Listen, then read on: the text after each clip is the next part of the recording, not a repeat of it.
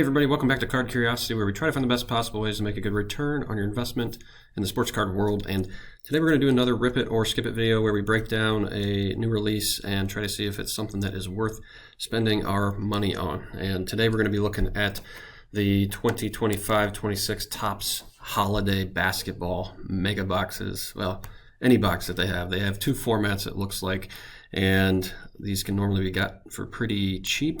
So this is what we will be breaking down. Before I jump in, I want to make sure to remind you guys to check out this video here from a couple days ago for our giveaway. We're going to give away a hanger box of Topps basketball, and you have to make a guess to be entered into the drawing. So like, subscribe to the channel, and then leave a guess. We're trying to figure out who can get closest to the very first auction sale on eBay of a Cooper Flagg PSA 10. So none of those have been graded yet, at least I don't think so. And we want to see, when one goes to auction, what will the ending bid be sold for, and that whoever gets closest will win the hanger box. So comments will be open for another few days, so drop your guess in there, and best of luck. So let's jump back into the review here. As a reminder, we have a framework that we kind of follow based on 4 items. First is the price. We want to break down the price, make sure we analyze whether it's worth the dollars. Can you get it for a good deal or not? Is it too expensive? Second, we look at the checklist. We want to know which players are in there, who you can find, and if it's people that will be desirable. Third is the grading potential, because one of the best ways to increase your profits when it comes to cards is by sending them to PSA to be graded. So can these cards be graded and get a PSA 10? And then finally, the desirability of the cards. Are these cards that people are going to actually want here in the short term, and especially in the long term? The longer we go out, people want these cards. So let's jump in. First, we will check out the price on these holiday mega boxes, and the release date as of right now is October 30th, 12 o'clock. That might just be for the advent calendar boxes. It says mega boxes are available on November 28th, which is weird. That's like a month after this one. But anyway, let's jump in and see what these look like. The price on the pre-order from a couple weeks ago was $35 for the mega boxes, and I believe $50 for the calendars. And so obviously there's not a ton of stuff you can get your hands on for $35, $40, $50 these days and expect to get anything good. These cards are going to have autographs. They're going to have Cooper Flagg in here. Yes, they might be a little bit gimmicky in terms of it being a holiday release in particular. They have some short prints like these frostbite finishers. And so while it might be a little gimmicky, it is, I mean, this is the second Cooper Flagg rookie card that's going to come out, is going to be the holiday one. And so there will at least be some desirability for Cooper Flagg cards here. And so from a price standpoint, $35 for the chance to hit Cooper Flagg rookie cards is a really, really good price, and I'm going to give it a 5 out of 5. Next, let's look at the checklist. Actually, before I jump in there, I do want to show you very quickly a quick difference between baseball and basketball. There is going to be something very different, I think. And in baseball, they had these Topps Chrome boxes, or Topps Chrome cards. And they were like 1 per box if you're lucky, and not very easy to find. But the Topps Chrome card here is super desirable for sure. And so that's something to keep in mind. The basketball boxes as of right now are not going to have the Chrome version, which I think is a bummer. But let's jump into the checklist and kind of show you exactly what you can expect. So again, here's some of the cards that we just looked at. They're going to have mega boxes and the advent calendars. And so basically you get 6 glitter parallels here. You get 1 of the blue and a light blue and white, and then 1 variation. Watch that, okay? 1 variation, which is usually like a candy cane theme, or snowballs, or Christmas lights, things like that. It's like an image variation with the player, and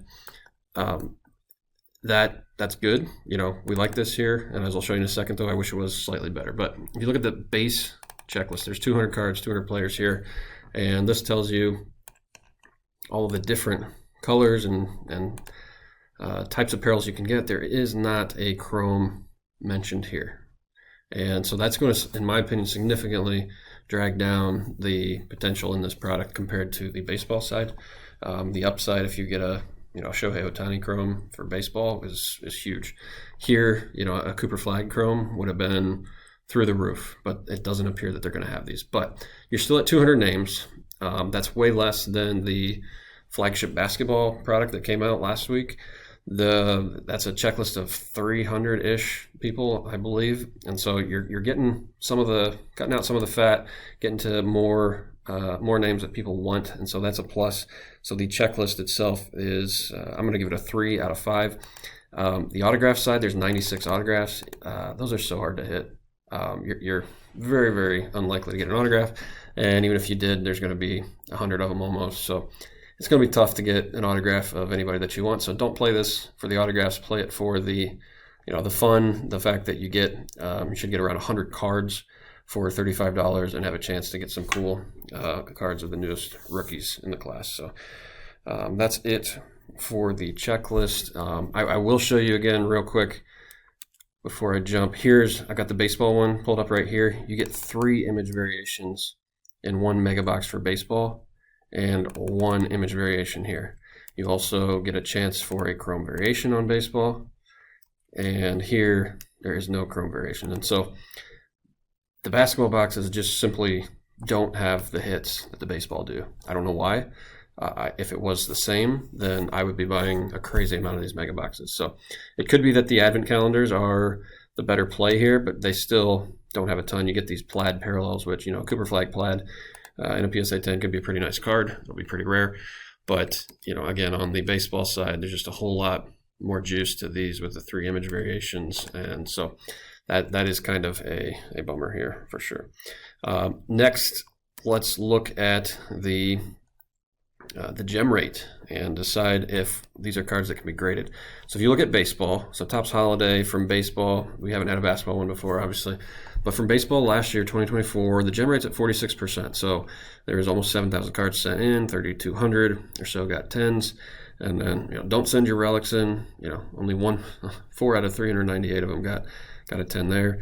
But basically, that's going to be kind of across the board. The gem rate's going to be pretty low, and pretty easy to just give that a 2 right now. If this was below 40%, I'd probably give it a 1.